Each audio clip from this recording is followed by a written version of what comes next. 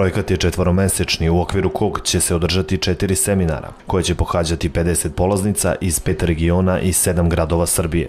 Mi ovde u Subotici postojimo nešto više od 6 meseci, tako da smo deo tog projekta i svega 5 polaznica je na tom seminaru, a ključno je to što se radi o podršci ženama preduzetnicima u oblasti pravljenja biznis planova. Udruženje poslovnih žena Srbije već 15 godina radi na osnaživanju žena u preduzetništvu, u prvom redu kroz obuke koje se uglavnom odnose na započinjanje posla. Ovo udruženje edukuje i kroz mentorske procese u kojima iskusne poslovne žene deli iskustvo sa onima koje tek započinju sopstveni biznis ili rade na razvoju svojih preduzeća.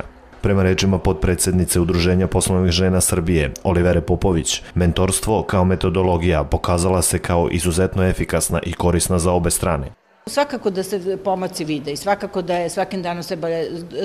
Druga je stvar što je ekonomska kriza utiče generalno na preduzetništvo u Srbiji, odnosno uopšte na razvoj ekonomije u Srbiji, tako da kada pogledate neku onako veliku sliku vidite da je situacija loša, ali naravno i u takvim periodima kada je ekonomija u krizi potrebno je raditi na sebi, potrebno je raditi, edukovati se i pripremati se za onaj period kada se bude ekonomija popravila i kada bude krenula.